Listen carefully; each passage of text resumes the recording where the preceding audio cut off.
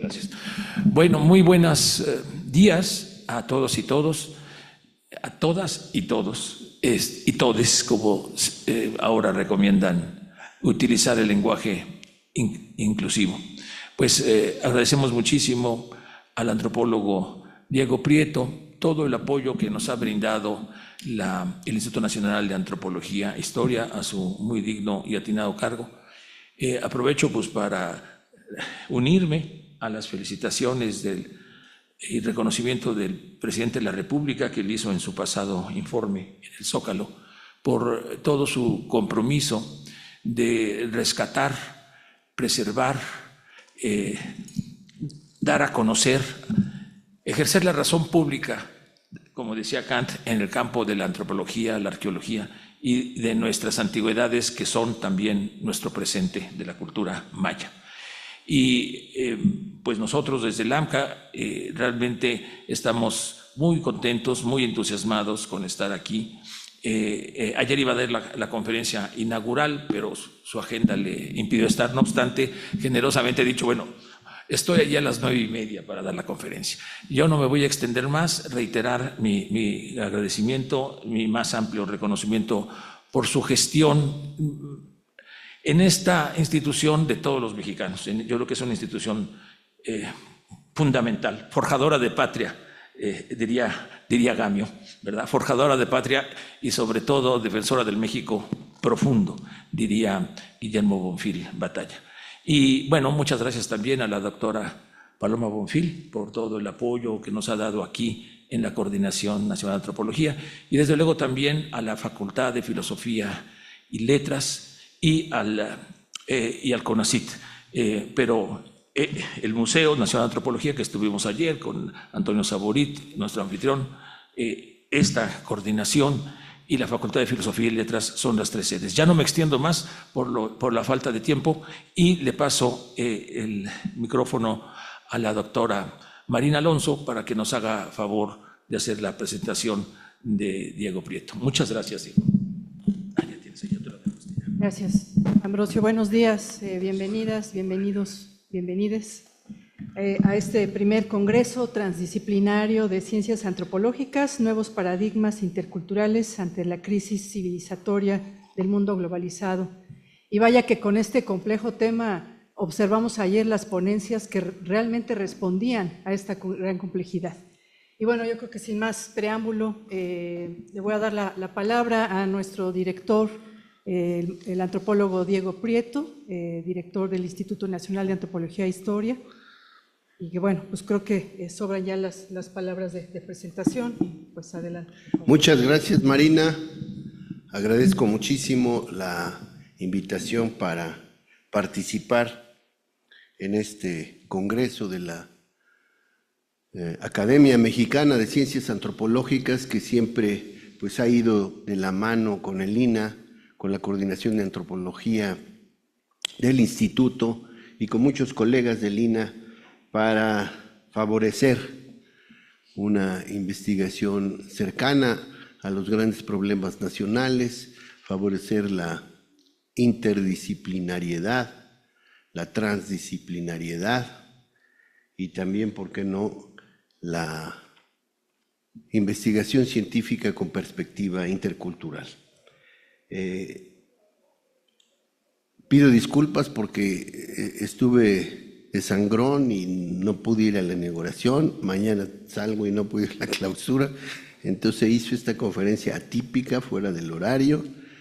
Espero que no les sea complicado a los que pueden estar conectados con nosotros y trataré de ser breve para que puedan continuar con el programa de este congreso, tanto en la Coordinación Nacional de Antropología como en la Facultad de Filosofía y más tarde también en el Museo Nacional de Antropología.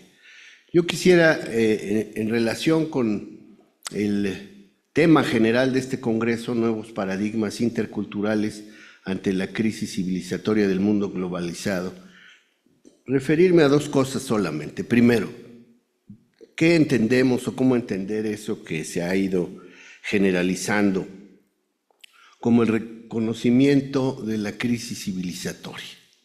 ¿Crisis civilizatoria de qué? Dice el título del mundo globalizado, pero pues el mundo globalizado, aún tan globalizado como está, no ha podido incluirnos en un solo proyecto civilizatorio. Y qué bueno. Entonces sí es importante referirnos a esta crisis de qué. Y posteriormente referirme a cómo considero que el diálogo intercultural, particularmente en el caso de las culturas indígenas, también afromexicanas, campesinas y populares en general, puede ayudarnos a encontrar una reserva de referentes culturales y de valores para afrontar esta crisis global.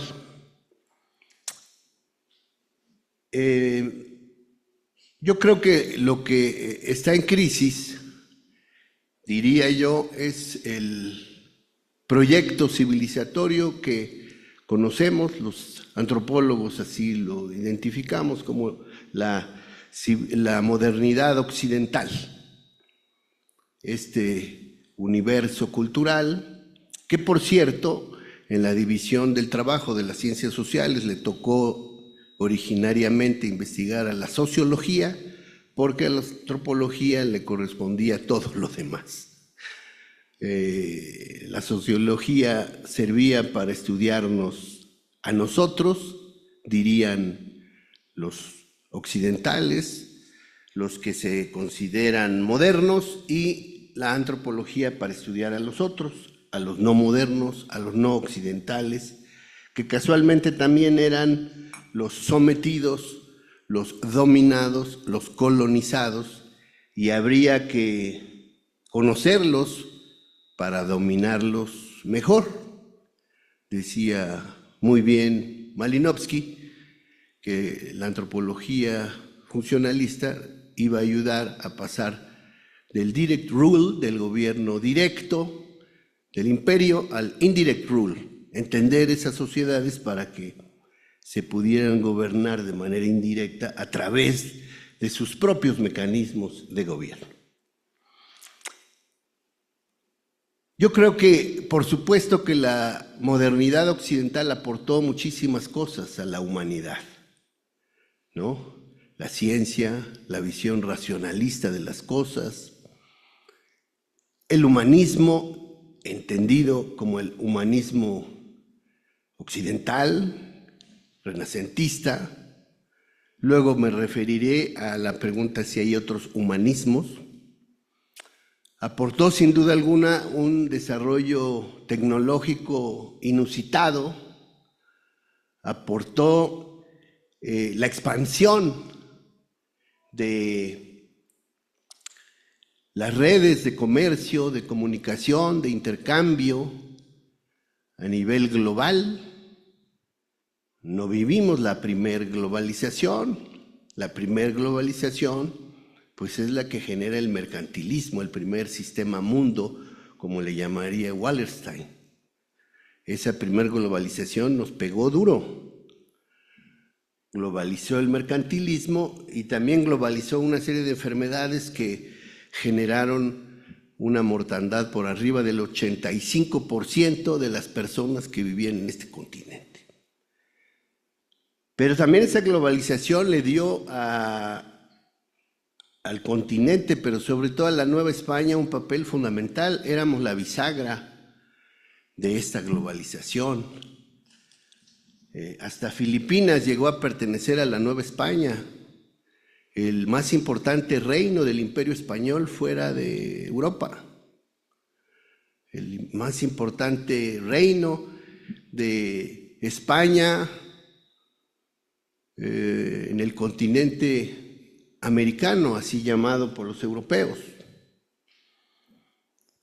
Y por supuesto que México se inserta en esta globalidad, incorpora una serie de referentes culturales, no solo europeos, africanos en mucha medida, y asiáticos también. Más tardíamente también, seguramente, elementos de las culturas de Oceanía.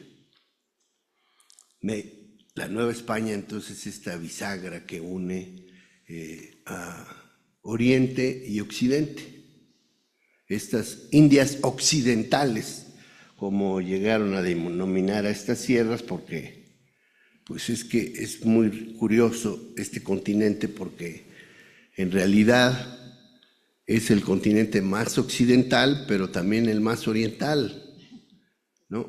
Mi papá me enseñó que éramos occidentales, pero ya ahora pongo en duda eso, por lo menos por lo que hace a una gran proporción de nuestra población y nuestra vida cultural.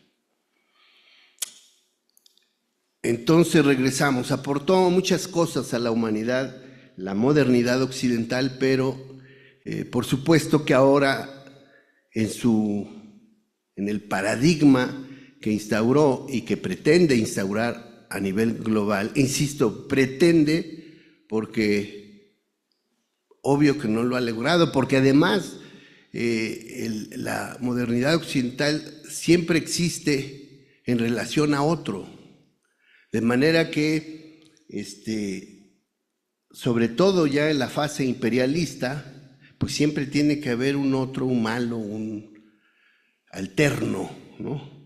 Durante un buen tiempo, pues fue la Unión Soviética, ahora es China.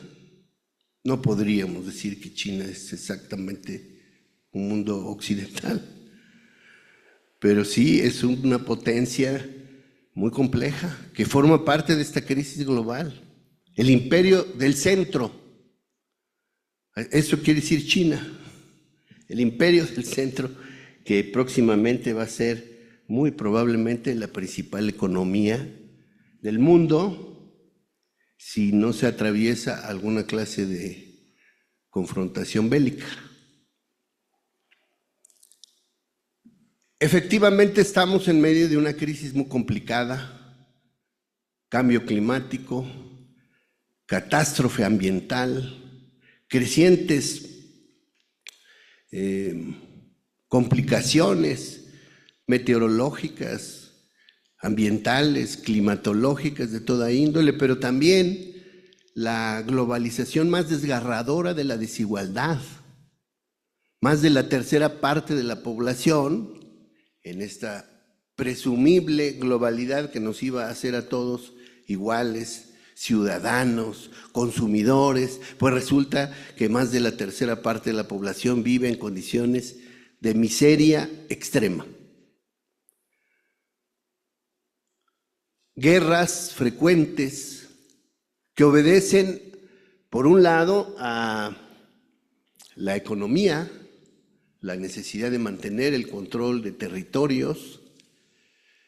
Es claro que lo que ocurre en Gaza y en Ucrania tiene una serie de justificaciones nacionales, hasta religiosas, pero es esencialmente un tema económico.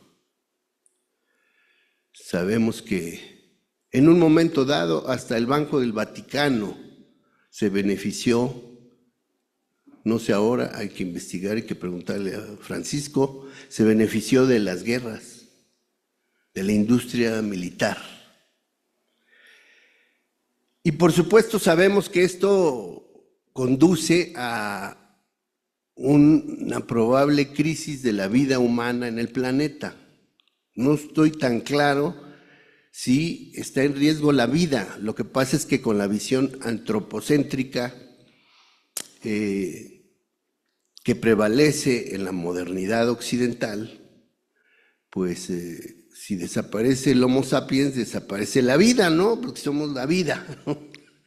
Somos lo más chido del planeta, ¿no? Le cupo muy bien a la modernidad occidental esa frase bíblica que de chiquillo me llamaba la atención, pero que ahora me parece monstruosa. La Biblia también dice monstruosidades. Creced, multiplicaos y henchid la tierra, sometedla y dominadla. ¡Ay, jole! ¡Qué tarea nos dejó Diosito! Chingar a todos, ¿no? No puede ser. Yo no creo que haya ningún Dios que pueda mandar eso. Crecer, multiplicados, vaya que nos hemos multiplicado. Ya henchimos la tierra, la sometemos, la dominamos, nada más le faltó poner ahí al Dios único y verdadero, destruirla. Pero no, yo creo que lo que está en riesgo pues es la pertinencia, la sustentabilidad del Homo sapiens. Probablemente las cucarachas y algunas otras especies tienen la posibilidad de seguir. Desaparecieron los dinosaurios y no dejó de existir la vida. Desaparecieron la megafauna del Pleistoceno y tampoco fue nada que no pudiera superar ese fenómeno extraño que se llama vida, en este extraño cuerpo celeste que llamamos Tierra. Claro que hay una crisis de civilización. Si seguimos por este camino, lo sabemos todos, pero seguimos por ese camino, nos va a cargar el payaso, para no decir una grosería o pensar que me estoy refiriendo al rancho del señor presidente. ¿Y qué es lo que nos lleva a la crisis? Es lo que es importante. Yo creo que lo que nos lleva a la crisis es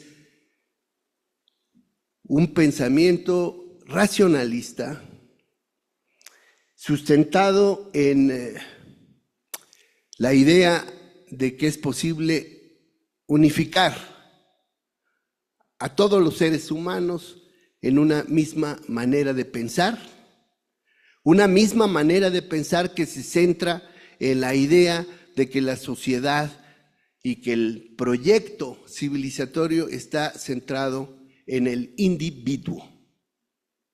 O sea, el individuo, que en versión política es el ciudadano, se constituye en el eje que articula, según esto, el proyecto de sociedad. Esto entroniza lo que Macpherson llama el individualismo posesivo, es decir, cada uno se rige por su interés individual. Ciudadanos libres en el sentido de que no están atados a una sumisión, pero libres también en el sentido de que no están articulados a un ente social al que le deban lealtad. Un modelo civilizatorio entonces que se funda esencialmente en el utilitarismo, ¿no? La utilidad, el provecho personal es lo que prima en este modelo de civilización, en esta idea racionalista de articular la sociedad. Y en esta idea racionalista también, digo yo, hay la pretensión de igualarnos a todos. Primero, en el ámbito de lo religioso, nos vinieron a traer la religión única y verdadera. Después, en el ámbito de lo político, no. La democracia representativa, liberal, es la única forma de organizar políticamente una sociedad. Y por supuesto, en el ámbito cultural, a todos asimilarnos como consumidores. Incluso antes de que emerge el horizonte posmoderno, neoliberal, se piensa, ¿no?, desde el punto de vista empresarial en cómo vamos a lograr generar productos que compren todos. Ya después se dieron cuenta que eso no funciona, entonces hay que producir productos para cada grupo de consumidores. Entonces, yo creo que esto es lo que está en crisis. Esa sociedad centrada en el individualismo, en el utilitarismo, en la pretensión de unir culturalmente no solo a la sociedad en términos abstractos, sino al mundo entero. Insisto, primero era la religión verdadera, pero después fue el mensaje de destino. Decía Lyotard que la diferencia entre las sociedades tradicionales que se articulan en función de mitos de origen, la sociedad moderna se articula en función del mitos de destino. Y el ejemplo más preciso, pues, es la sociedad estadounidense. Ellos no tienen así mitos de origen, así sabrosos, chidos, más allá del Thanksgiving Day. Pero sí tienen un mito de destino increíble, es la libertad. Han construido el imperio de la libertad y además se dedican a eso, a hacernos libres, ¿no? Lo entendió muy bien Denise Dresser, que nos quitó las cadenas. Ese es el mensaje del imperio de la libertad estadounidense. Por eso Ken Salazar está muy preocupado de que no dejemos de ser libres. ¿Cómo es posible? Sin embargo, ahora sí que sin embargo se mueve. Sin embargo, esos pueblos indígenas, esas culturas originarias que nuestro colega Roger Bartra ya había mandado a la tumba desde hace varias décadas, él sostiene que los indios son zombies, sostuvo en su momento que los campesinos iban a desaparecer en la década de los 90, eso nos lo aseguraba en la década de los 70. El propio Alfonso Caso sostuvo en el 56 que en 20 años ya no iba a haber pueblos indígenas en este país. Y sin embargo ahí están. Y yo diría qué bueno que están. En primer lugar porque ya nos obligaron a reconocer esta nación como una nación pluricultural. Eso cambia totalmente el esquema o el proyecto de nación para un país como México. Si somos un país pluricultural, pues eso se tiene que traducir en que los diferentes universos simbólicos, las diferentes existencias civilizatorias, porque hay que reconocer que así como en el mundo hay otros impulsos civilizatorios, aunque estén subsumidos en el impulso fundamental del occidente capitalista, pues también en México impulsos civilizatorios que no pudieron destruir ni la conquista, ni las epidemias, ni 300 años de imperio español, ni 200 años de un país que por lo menos durante sus primeros 182 años de existencia independiente, se empeñó en ser un país unicultural, se empeñó en afirmar la unicidad cultural. Ahora en todo el mundo se habla de diversidad cultural, se asume que así como la biodiversidad es una riqueza, la diversidad cultural no es una catástrofe, no es fragmentación, no es como pensaba mi padre, es que sería bonito que todos habláramos español. Él daba consulta en Oaxaca, era un buen médico y además ni cobraba a la gente necesitada, pero le molestaba mucho que la gente hablara en una lengua que él no entendía y creía que era muy premoderno eso y que lo padre era que todos habláramos español. Un día sí lo puse en conflicto porque le dije que por qué no, pues se ponía a aprender inglés de una vez, porque él no hablaba inglés. Y que sería padre, muy moderno, que toda la humanidad hablara inglés. Entonces ahí sí se enojó, porque era bastante anti-yanqui. Entonces, quiero regresar a esto. México, nación pluricultural. Por cierto, en Sudamérica ya hay esquemas políticos nacionales que plantean otras propuestas muy interesantes, ¿no? Bolivia es un estado plurinacional. Ecuador es un estado plurinacional. Esto que hace 30 años hubiese sido un pecado mortal decirlo en nuestro país. Ya ven que incluso Zedillo se echó para atrás con los acuerdos de San Andrés, que porque aquí se iba a volver como Yugoslavia y cada colonia iba a querer formar su país. Pues en Bolivia y en Ecuador no ha ocurrido nada. Y en este país, lo único que yo tengo claro es que si alguien no se ha querido separar del país, de la nación, del proyecto de Estado, pues son los pueblos indígenas. No así por ejemplo, casta divina yucateca, que así se quiso separar de México.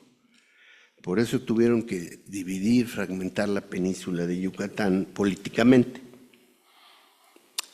Y yo diría que en esta pluriculturalidad, obviamente lo que tenemos que encontrar es precisamente, como dice aquí, paradigmas interculturales o espacios de diálogo intercultural.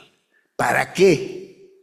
No nada más para entendernos, no nada más para tolerarnos, no nada más para festejar desde un punto de vista folclorista de que hay gente que vive diferente, se viste diferente, baila diferente, reza diferente, y es más, hasta vuela alrededor de un palo volador. Eso está bien, pero ¿qué es lo que creo yo que tiene que ver o cómo relacionar ese diálogo intercultural con la crisis civilizatoria? Y yo quisiera referirme a un diálogo interesante que tuve con el señor Andrés Manuel López Obrador ahí en la tumba de Pacal. Lo pueden ver en una película que ya está circulando de Pirmenio Ibarra sobre el Tren Maya. No dialogamos sobre el Tren Maya, pero la película sí es sobre el Tren Maya. Por cierto, ayer sacó Fabricio Mejía un comentario sobre ese diálogo Sin embargo, en la plataforma de Sin embargo, un comentario que me parece muy pertinente, que es una crítica al neoliberalismo. Yo le decía al presidente que me parece que las culturas originarias mesoamericanas o más allá, americanas, porque en lo mesoamericano a veces despreciamos a los pueblos, las culturas, las tribus norteñas. Aquí está el vaquero, que no me permitiría referirme solo a Mesoamérica. ¿Qué es lo que hay en estas culturas y civilizaciones originarias vivas que nos puede ayudar a encontrar salidas ante la crisis? No es que sean pueblos perfectos, claro que se agarran a madrazos entre ellos y se pelean unas comunidades con otras y una facción con otra, y a veces hasta tienen doble gobierno porque unos están de acuerdo con un megaproyecto y otros no. Pero ¿qué es lo que hay como reserva de valores, como maneras distintas de ver la vida, de ver el mundo, de ver la ética? Y yo señalaba 7 componentes con lo que voy a terminar. En ese diálogo, muy apresurado, y que recupera de alguna manera, aunque le faltan unas, a Fabricio Mejía. Un primer elemento es la comunalidad. Es distinto el sentido de sociedad cuando el centro no es el individuo, sino es la comunidad. Yo desde que empezaba mi trabajo a campo iba y preguntaba a la gente, ¿usted qué opina? Y se me hacía muy raro porque muchos decían, no, pues habrá que ver qué dicen los demás. Primero me parecía, pues un poco, ahora sí que premoderno, ¿no? Pues tú di tu rollo, ¿no? Pero me quedaba claro después que la gente forja su opinión en función de un conocimiento colectivo, de una visión colectiva, que el centro es la comunidad y que entonces a ellos no se les hace difícil esto que para muchos compañeros en la colonia Roma les parece comunista. El interés colectivo está por delante o prima sobre el interés personal. Mensaje que además es muy cristiano, pero la modernidad lo subsume en la idea, no, es el interés individual. Eso es muy claro, o sea, lean ustedes a Federico Reyes Heroles, a quien estimo mucho, es el individuo el que está por encima del colectivo. Es otra manera de ver, también respetable, porque otra vez, imagínense ustedes que ahora proponemos que haya otro pensamiento único, no. En parte, ya lo que no me está gustando de algunos compañeros morenos es que como ya se sintió muy mayoría, ahora quieren que todos piensen como ellos. No, dejen que se expresen los que tienen otro punto de vista. Segundo, la reciprocidad, que es un tema que la antropología, la etnografía en México ha estudiado al cansancio, ¿no? Me das, recibo, devuelvo, ¿no? El principio del don de Marcel Mauss, que anima a las economías tradicionales en mucha medida. Reciprocidad que tiene que ver con las relaciones en la familia, en la comunidad, entre comunidades y entre las personas y la tierra. Para muchos pueblos, la ceremonia de enterramiento es devolverle a la tierra lo que nos dio. Nos dio vida, nos dio carne, nos dio maicito, pues ahora hay que meter esa carne a la tierra para que la tierra también tenga su comidita, su alimento. Un tercer elemento es la lealtad, que significa el deber de corresponder, tiene mucho que ver con la reciprocidad, pero corresponder a mi papel, a mi obligación frente a mi familia, frente a la parentela, frente a la comunidad, frente a quienes hablan mi lengua, frente al país, frente a la tierra. Esto que en antropología llamamos lealtades primordiales y que por supuesto constituyen el cemento que une a la comunidad más allá de una norma escrita, ¿no? Los sistemas normativos en los pueblos indígenas operan más sobre la base de las lealtades que de algún texto escrito. Y son muy fuertes.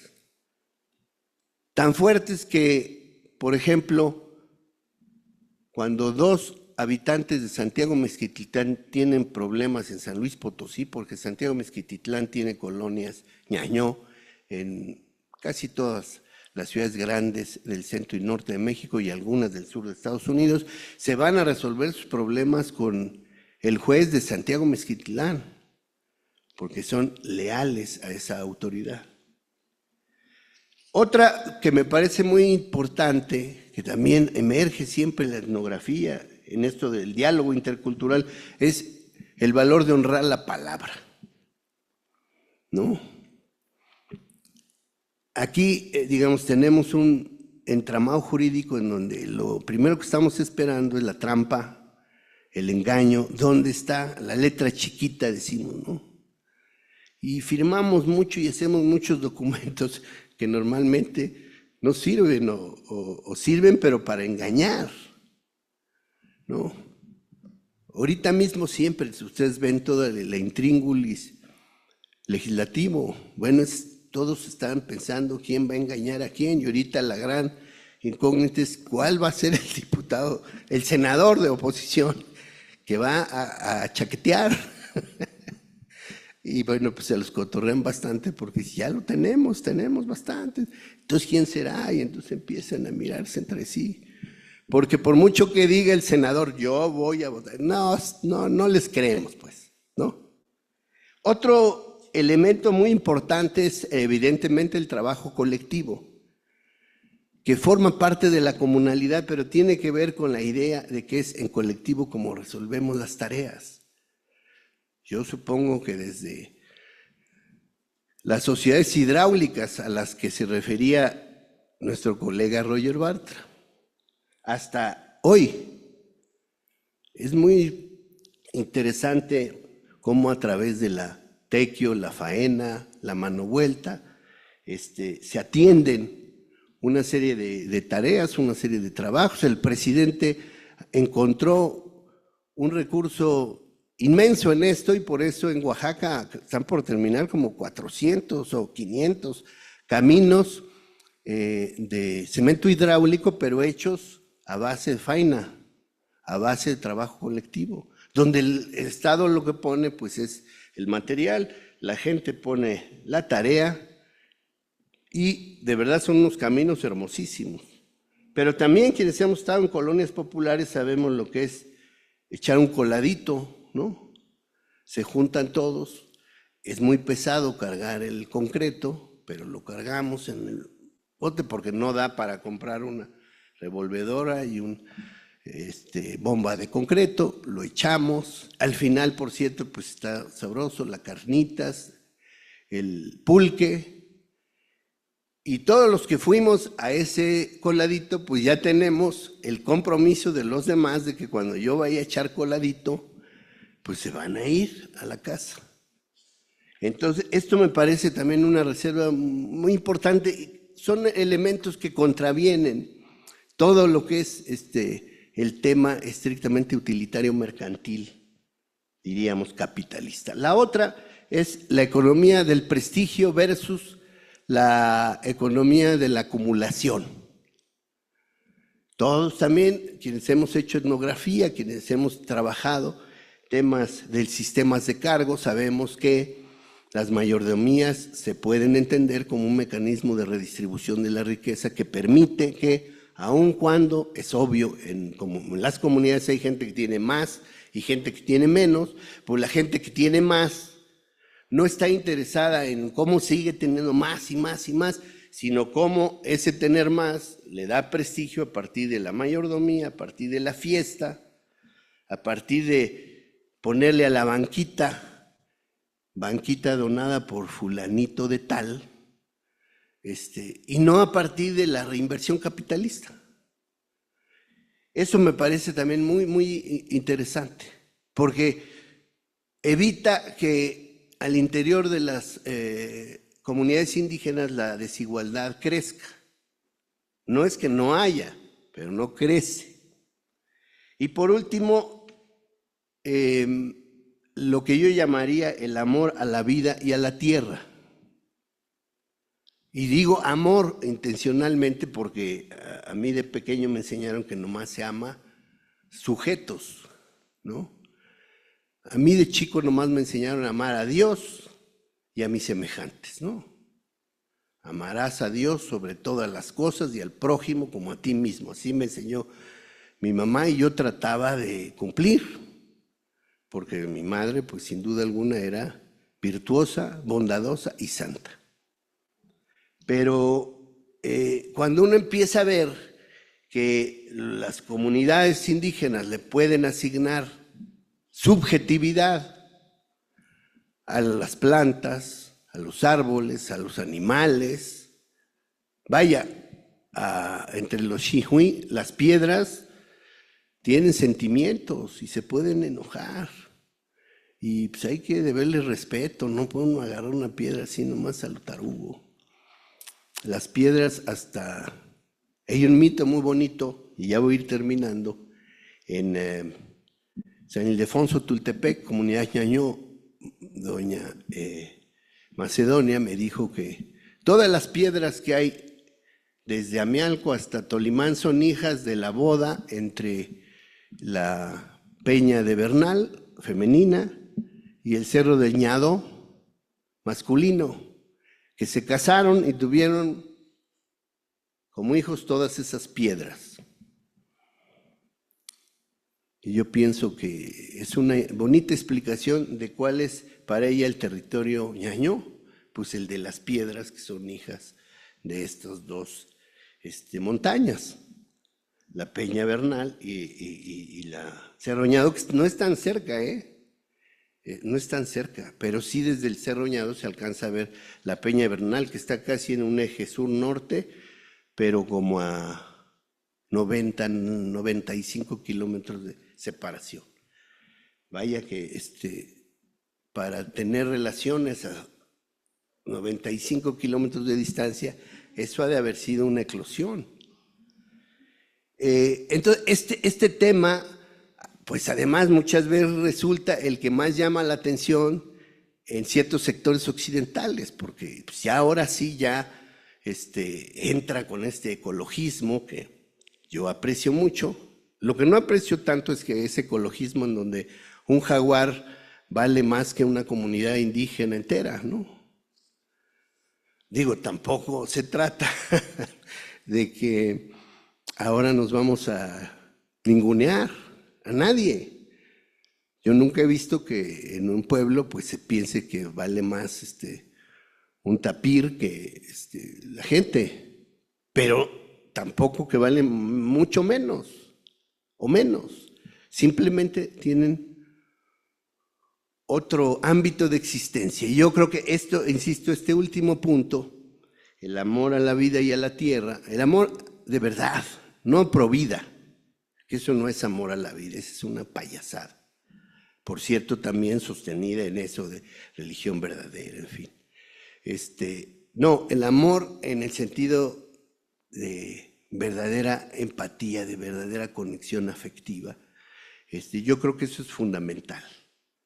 Porque de otra manera, si no existe esto, pero en serio, es muy difícil que encontremos salidas en donde las personas aceptemos cierto sentido de sacrificio.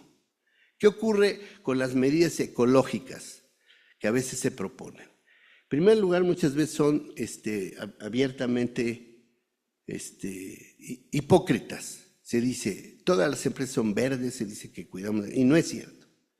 Y segundo, cada vez que se trata de una medida que efectivamente puede ayudar, implica cierto sentido del sacrificio, ¿no?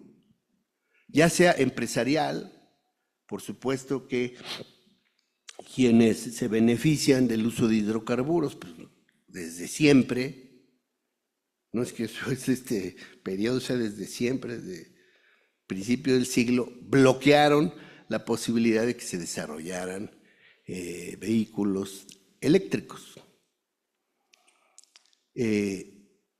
Pero simplemente si toda la humanidad tuviera los niveles de consumo que tiene en general el consumidor europeo y la mayoría del consumidor norteamericano, la crisis sería inmediata, no habría recursos para hacer eso. Entonces, ¿qué significa? Que alguien tiene que hacerse a la idea que eso no va a ocurrir, que va a haber un sector muy grande. Bueno, ¿y por qué aquellos no también hacen un sacrificio? ¿No? Y como pues no podemos plantear un sacrificio sustentado en la imposición autoritaria de algún poder que empiece a poner medidas, porque por ejemplo en la pandemia pues solo pudieron hacer los regímenes autoritarios orientales,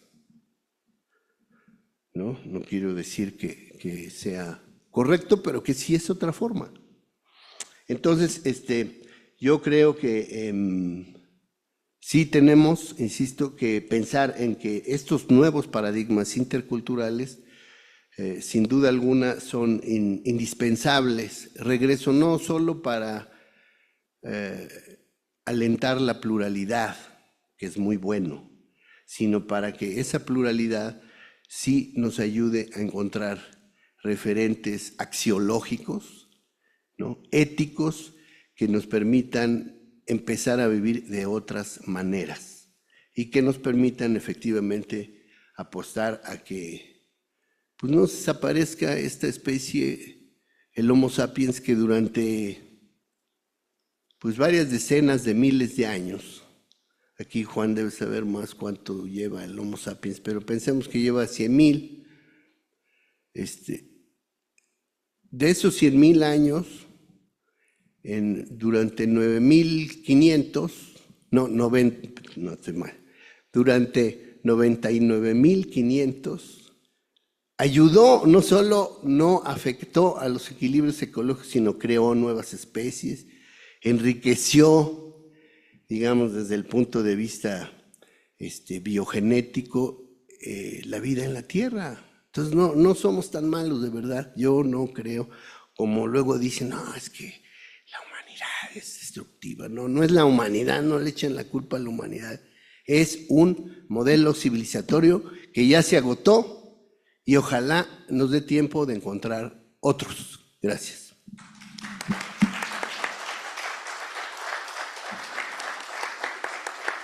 Vámonos, nos vemos. Bueno, pues.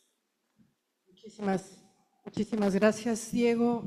Nos dejas más tarea para este congreso, pues recordándonos estos 7 puntos que nos presentas, pues que han sido también puntos muy importantes de investigación para la antropología mexicana, pero que ahora nos los planteas como nuevos paradigmas interculturales, pues les das ahí una mirada fresca, pues que habrá que trabajar en este congreso.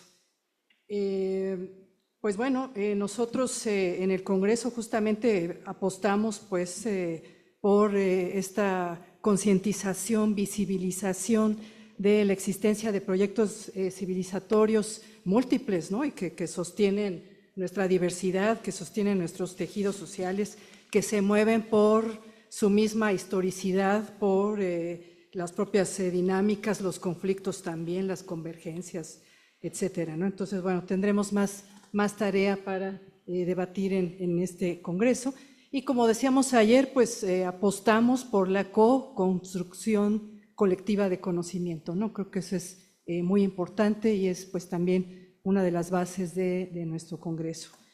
Pues creo que tenemos que cerrar, Diego, porque ya tenemos una mesa aquí al pie, otra que está en la sala Bonfil también a punto de arrancar. Y pues de nuevo, muchas gracias a nuestro director, bienvenidos, bienvenidas, bienvenides. Y pues bueno, estaremos aquí a lo largo de todo el día. Muchísimas gracias. Gracias a ustedes.